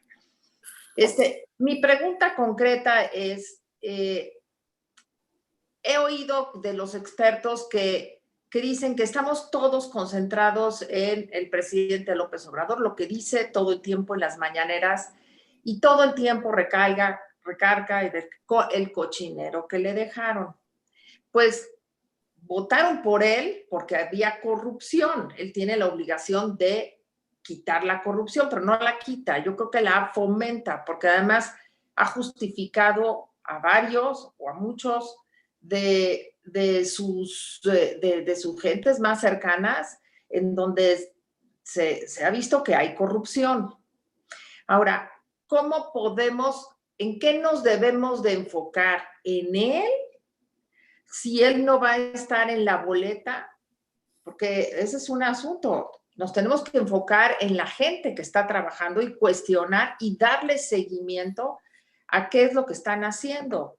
Porque también se nos olvida. ¿Qué pasó? El avión, pues lo rifaron, pero no rifaron el avión. ¿Qué está pasando con el avión? ¿Qué está pasando con tantas cosas que no le damos seguimiento? Y la gente, tenemos poca memoria, lo dejamos pasar. Si bien nos tenemos que concentrar hacia el 2021 para que se una la oposición, también tiene que haber una estrategia de evidenciar a la gente que trabaja con él en las secretarías, en los gobiernos, en las alcaldías. Yo creo que hay que darle seguimiento a lo que están haciendo para evidenciar lo que está mal hecho, que lo que está bien hecho, pues es su obligación, ¿no? Claro. Mira, sí, hay una discusión en relación a qué haces con todo el discurso, o sea, este problema en la mañanera, o sea, esta réplica de lo que fue el aló presidente de Hugo Chávez como mecanismo de adoctrinamiento. Hay algo muy cierto, no se le tiene que estar dando réplica a todas las tonterías o cuentos o mentiras que el presidente dice ahí. Pero también hay otra realidad. No podemos perder de vista lo que hace el presidente. Porque, pues es el presidente. O sea, no es mi vecino. Digo, si yo no me quiero fijar en lo que hace mi vecino, bueno, pues no me fijo y ya. O sea, nadie se muere por eso. Pero aquí estamos hablando del presidente. O sea, guste o no, la persona más importante del país. Entonces, el punto está, el secreto está en esto, creo yo. Lo que no debemos hacer es bailar al ritmo de López Obrador. Es decir, dejar que él ponga la agenda. Que de hecho es también una idea muy rara que él tiene. O sea, donde se nota realmente poco oficio político. O sea, de los grandes políticos o de los grandes estadistas que podemos identificar ahorita en el mundo. Voy a poner un ejemplo muy simple. Angela Merkel en Alemania o Jacinta Ardern en Nueva Zelanda. Yo no veo ni remotamente a dos personas intentando controlar la agenda pública. O sea, están enfocados en lo que tienen que hacer, punto. Procuran hacerlo de la mejor manera posible. No están obsesionados con el control de la agenda pública.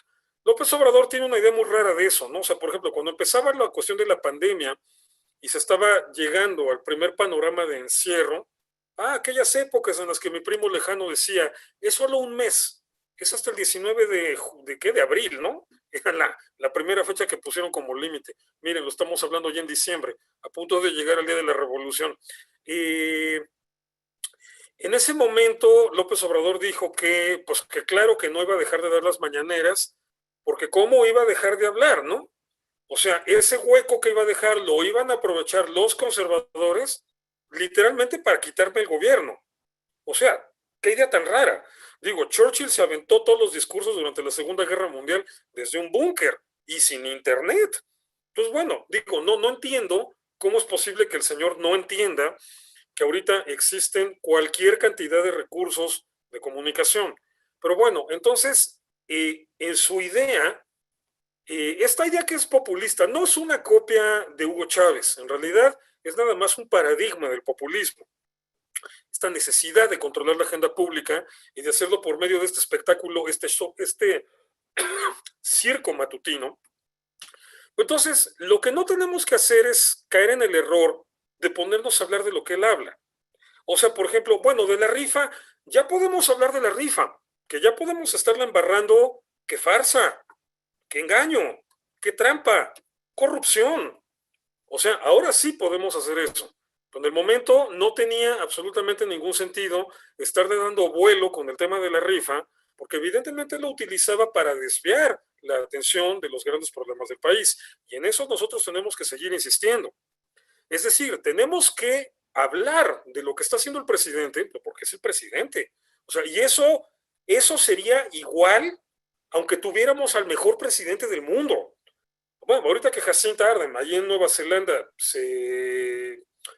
digamos, tuvo su momento de fama internacional por tener el mejor manejo que ha habido en el mundo de la pandemia. Bueno, Nueva Zelanda tenía la ventaja de estar aislado, ¿no? Digo, si Australia está aislado del mundo, bueno, Nueva Zelanda está aislada de Australia. Entonces, era un poco más fácil, pero de todas maneras no se puede negar que ella lo hizo muy bien. Y bueno, entonces hay que estar hablando de eso también. O sea, tengas un buen presidente o un mal presidente, es el presidente. Hay que estar hablando de él. Y siempre, esto no lo entiende López Obrador, nosotros nos toca recordárselo, hay que estar hablando siempre en sentido crítico. A un político no se le aplaude. Una, porque si hace las cosas bien es su obligación. Dos, porque si regala dinero es de mis impuestos. Entonces, con la pena, no está regalando dinero, nos lo está devolviendo. Así que de un político no se habla bien. A un político siempre se le debe criticar. Siempre se le debe estar retando a que mejore, a que haga las cosas mejor, a que las justifique mejor, a que sea transparente. Este tema es fundamental. Bueno, todo eso que no le gusta a nuestro actual presidente. Pero entonces no debemos dejar de hablar de él. Es el presidente. Lo que no debemos hacer en ese hablar de él es hacerle juego a los temas con los que nos intenta edulcorar la vida en las mañaneras. Tenemos que estar sistemáticamente recordándole las cosas que se están haciendo mal. Y tenemos tanto de qué hablar, o sea, digo, no sobran temas de lo que se está haciendo mal. Entonces, tenemos que mantener esta actitud crítica y cuando llegue el siguiente gobierno, así llegue un gobierno radicalmente distinto que empiece a hacer las cosas bien, debemos seguir manteniendo esa misma actitud crítica. Digo, o sea, pocas cosas me dan tanta pena como algunos moneros, Monero Hernández, por ejemplo, @Monero Hernández, o sea, que durante tantos años disfrazados de críticos del sistema y que al final nada más resultaron fieles de una secta, que ahora, o sea, no entiendo cómo no se mueren de vergüenza de ahora haberse convertido en esbirros de un sistema, voceros del poder. O sea, neta, hace 10 años se habrían ofendido y me habrían retorcido el pescuezo si les hubiera dicho, tú te vas a acabar convirtiendo en un lacayo del poder. No, ¿cómo crees? Mis respetos en ese sentido para Magú. Un monero que toda la vida criticó durísimo a priistas y panistas por igual, y ahorita que está López Obrador, ha mantenido su idea crítica, que entiende que lo suyo es eso. Nosotros también tenemos que entenderlo así, siempre críticos. Venga quien venga, tenemos que mantener esta misma postura. De hecho, una de las cosas más valiosas que puede aportar toda esta efervescencia social, que, por ejemplo, que en un momento dado culmina en la integración de un bloque como el de Sí por México, es que es algo que se deberá seguir haciendo siempre. No va a tener sentido que llegue otro tipo de gobierno que aunque hagan las cosas bien, nosotros nos relajemos y digamos, qué buena onda, ya ganamos, ya triunfamos, ahí se ven, ¿no? No. Estos espacios tienen que seguir activos y tienen que seguir poniendo en jaque a los políticos, del color que sea, del partido que sea. Que esta es la manera en la que tenemos que aprender como sociedad a ser más exigentes y a que los políticos nos escuchen. Pero bueno, entonces hay que hablar de él, ni modo, es el presidente y está haciendo muchas cosas mal, hay que hablar de él, pero no hay que hablar de lo que él quiere. No hay que bailar al son de la mañanera, hay que poner nuestra propia agenda ciudadana. Entonces, por eso, por ejemplo, me invitaron en esta página de Observatorio Ciudadano, ahí lo pueden buscar en internet, Observatorio Ciudadano México o en Twitter. Estoy colaborando con ellos con un par de publicaciones a la semana y justamente mi columna se llama Contraagenda y le puse como subtítulo La otra agenda del otro Gatell, porque mi apellido de repente se hizo popular, no precisamente gracias a mí. sino por un pariente que las ramas de la familia, por si alguien tiene la duda y lo preguntó que si somos parientes, sí, somos de la misma familia, efectivamente, claro, es un apellido muy raro en todo el mundo, así que no hay mucha diferencia, pero la familia se separó en 1492 con la expulsión de judíos de España. Entonces, un bloque se salió de España, otro se quedó ahí, él viene del bloque que se quedó allí, yo vengo del bloque que se salió. Entonces, somos parientes como por 500 y tantos años de antigüedad, pero bueno, la misma familia a fin de cuentas, ¿no? El caso es que, así se llama mi columna, Contraagenda, la otra agenda del otro Gatell, porque mi premisa es esa. Tenemos que estar insistiendo en los temas que él no quiere tocar en las mañaneras, en las cuestiones, en los puntos, en los incisos, que él trata de evadir y que nos vende o que nos trata de meter otra agenda, su agenda, porque quiere controlar la agenda pública y no se lo debemos permitir.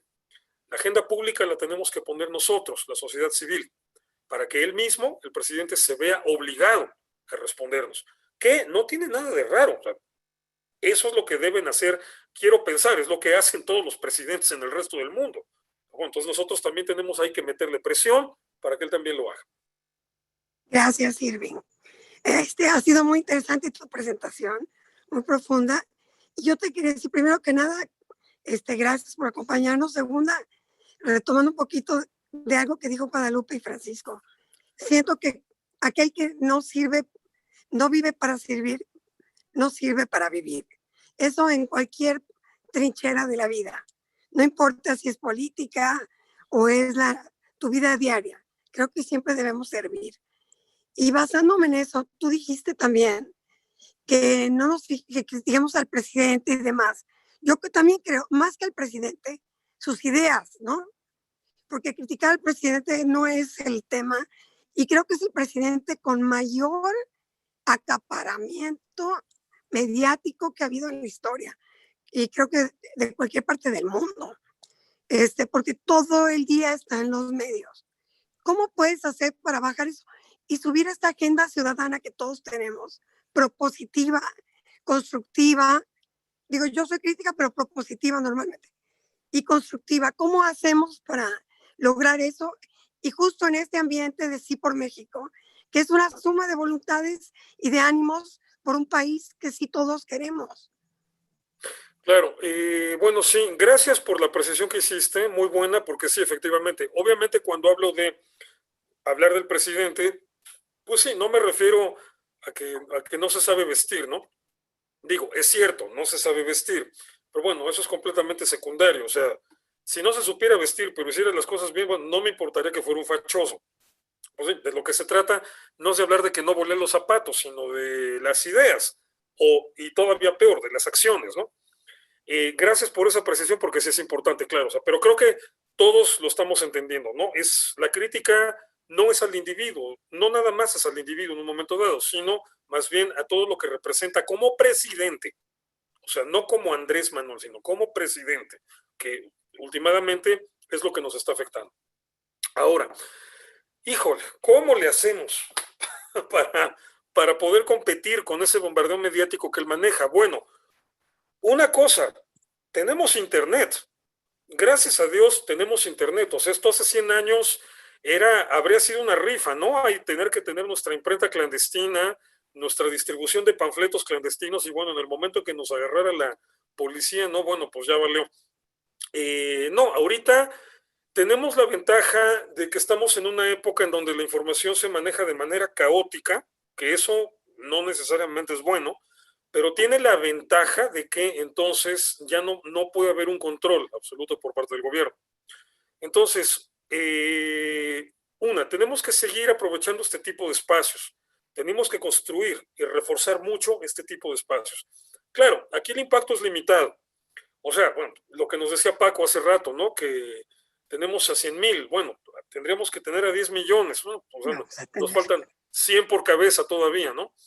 Y bueno, y obviamente esos 100,000 no están aquí ahorita. Entonces, que hay cientos, no miles. Entonces, pero bueno, son espacios que se deben seguir cultivando. Tenemos que aprovechar los blogs, tenemos que aprovechar YouTube, tenemos que aprovechar todos estos formatos que nos dan las redes sociales. O sea, ahí sí, yo creo que ya hay gente integrada así por México, que son especialistas en el manejo de redes sociales. Si no los hay, búsquenlos, y si sí los hay, busquen más, porque quienes manejan bien este tipo de estrategias, o sea, obviamente son los que saben cómo alcanzar mayor público. Esto va a ser fundamental. WhatsApp, eso me sorprende cómo está funcionando WhatsApp. O sea, creo que dentro de todo este panorama de las redes sociales, WhatsApp es el arma más, digamos, más interesante, porque hay un video interesante y lo mandas por WhatsApp a tus cadenas de contactos, y cada quien tiene sus otras cadenas, y entonces, esto corre de una manera sensacional. Textos, por ejemplo, a veces me han llegado mis propios hilos de Twitter, ¿no? Ya en copias de captura de pantalla o transcritos al formato de WhatsApp. Pero bueno, WhatsApp como última herramienta, o sea, un TikTok, un video de YouTube, una transmisión en vivo de Facebook, un hilo en Twitter, cualquier cosa que se haga en cualquier red social, de repente el medio de mayor transmisión que hay es WhatsApp. Entonces tienen que estructurarse bien estas redes, y creo que en términos generales eso ya se logró, ese paso ya se dio. Que al final de cuentas me he percatado que muchos de los grupos que vienen a confluir aquí en el Sí por México son grupos que empezaron como redes organizándose por WhatsApp. Entonces, se tiene esta ventaja de que ya hay práctica, ya hay experiencia con esto, ¿no? Pero bueno, entonces ahorita el objetivo es explotar Internet. Aparte, tomen en cuenta esto, anótenlo, por favor. Esta cuestión de la pandemia, esta cuestión de la crisis sanitaria que nos obligó al encierro, hizo que Internet cobrara mayor relevancia en la vida cotidiana de una gran cantidad de gente.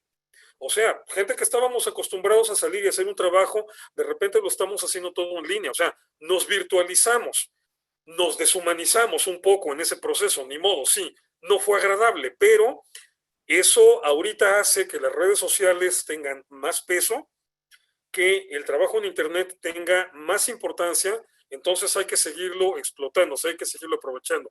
Este es un espacio, un mundo virtual, un foro, en donde el gobierno todavía no puede limitarnos. Le falta muchísimo, no lo va a poder hacer en 4 años más. De llegar a una condición como la que sí hay en Corea del Norte, por ejemplo, que hay un control absoluto de eso. Pero para que Corea del Norte haya llegado a eso, tuvo que pasar muchísimo tiempo en una dictadura, literalmente, durante varias décadas. Entonces, este es un espacio que tenemos que seguir aprovechando. Hay otro tipo de estrategias que yo nunca fui un gran partidario de las manifestaciones en la calle. Yo, en ese sentido, era muy fan, muy seguidor de Tomás Mojarro, lo recordarán. Uno de los puntos que más insistía Tomás Mojarro, el valedor, era que las marchas y los mítines realmente no servían para nada. O sea, nada más vas, caminas, te cansas, te asoleas, o sea, engordas las ventas del Oxxo de la esquina ahí del Monumento de la Revolución, pero ya, o sea, no pasa nada. Es muy difícil que se dé una coyuntura en la que realmente una manifestación logre algo. Pero en la coyuntura que está ahorita el país, por lo menos, o sea, aunque digo, yo no he participado en ninguna de las manifestaciones de Frena, por ejemplo, han hecho ruido y han llamado la atención. Entonces, en este sentido, parece que están funcionando. No me atrevo todavía a decir hasta qué punto lo están haciendo, pero están haciendo ruido y han obligado a López Obrador a hablar de eso. Entonces, bueno, tal vez sí sea una estrategia en la que haya que insistir. Esta cuestión de ya no nada más a título de Frena, sino a título de toda la sociedad civil, ya sea por organizaciones específicas, se tienen que explorar todas las estrategias. Por supuesto, y en esto sí lo tengo que recalcar, tienen que ser manifestaciones pacíficas. Aunque luego, bueno, al final de cuentas lo que nos acabamos burlando somos nosotros, ¿no? O sea, claro, los chairos menosprecian nuestras manifestaciones porque nosotros no vandalizamos el centro, porque nosotros no saqueamos Oxxos. Digo, no, nosotros sí trabajamos para poder pagar la coca que nos vamos a tomar en el Oxxo, ¿no? Entonces, tenemos que hacer este ruido, llamar la atención. Tenemos la ventaja de que este caos que hay ahora con los medios de información propicia que si se hace de la manera adecuada, llame la atención en todo el mundo. Que esto circula, esto se mueve por todo el mundo. O sea, esta cuestión que a manera de broma le decimos al presidente que quiere esconderse detrás de su barrera de nopal, lo cierto es que la barrera de nopal ya no existe. Ya no existe la posibilidad objetiva de aislarte del concierto internacional. Entonces tenemos que seguir machacando y machacando y machacando aquí en Internet.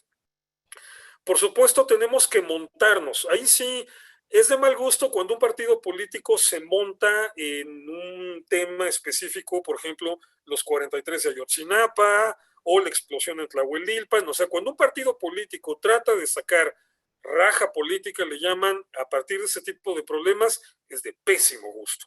Pero con la pena, la sociedad civil sí tenemos ese privilegio.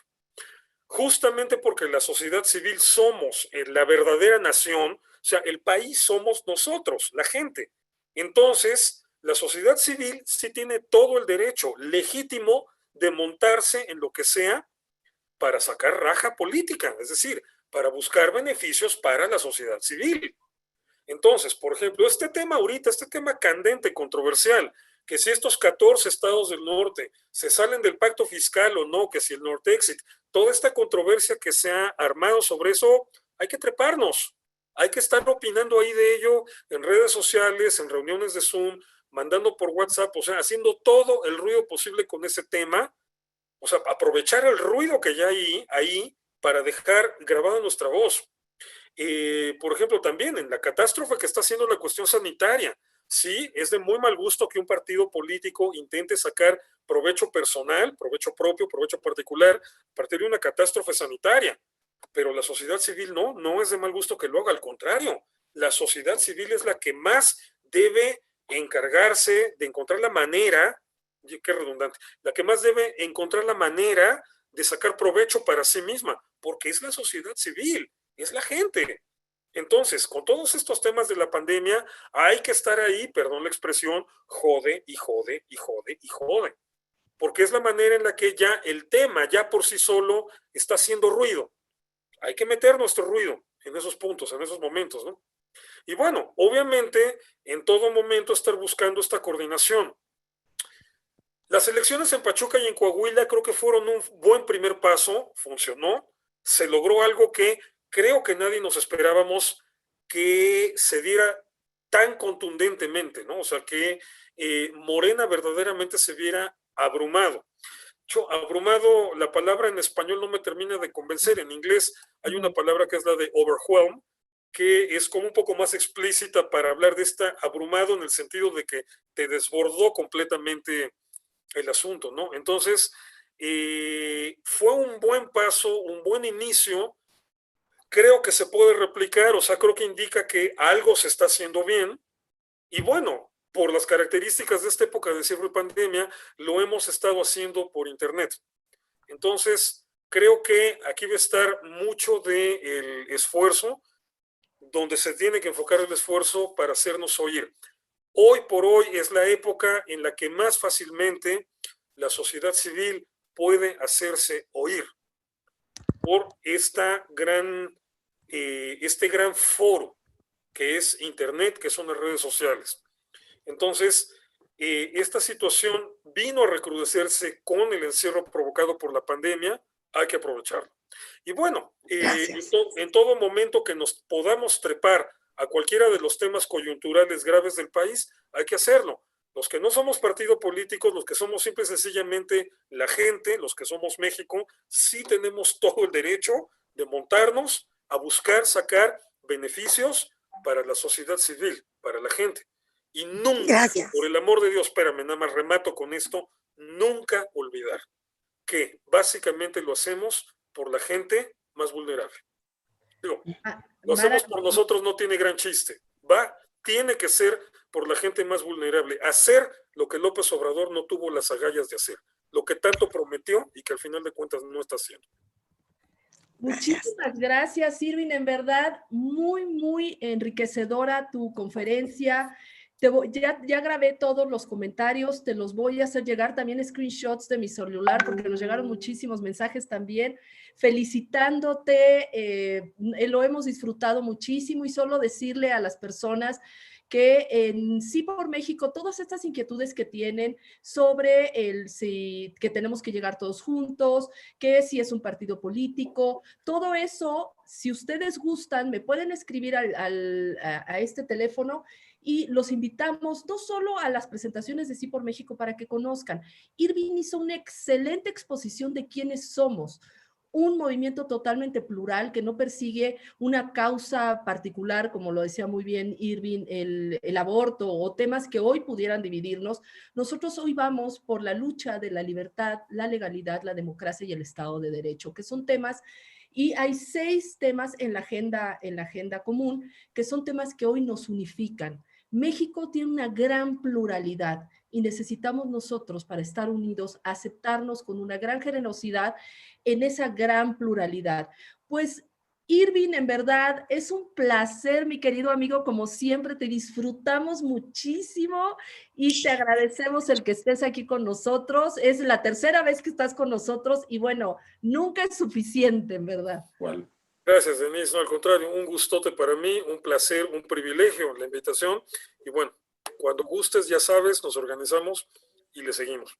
Por supuesto que sí, muy pronto te volvemos a buscar. Y a todos ustedes los invitamos. La semana que entra tendremos a Gabriel Cuadri el martes, el miércoles tendremos a Max Kaiser y el jueves tenemos a Manuel Molano. Ya les estaremos enviando la invitación. Muchísimas gracias. Y antes de que se vayan, les vamos a abrir su micrófono para que nos puedan ayudar a darle, ahora sí, si gustan abrir su micrófono, para darle un fuerte aplauso a nuestro querido invitado.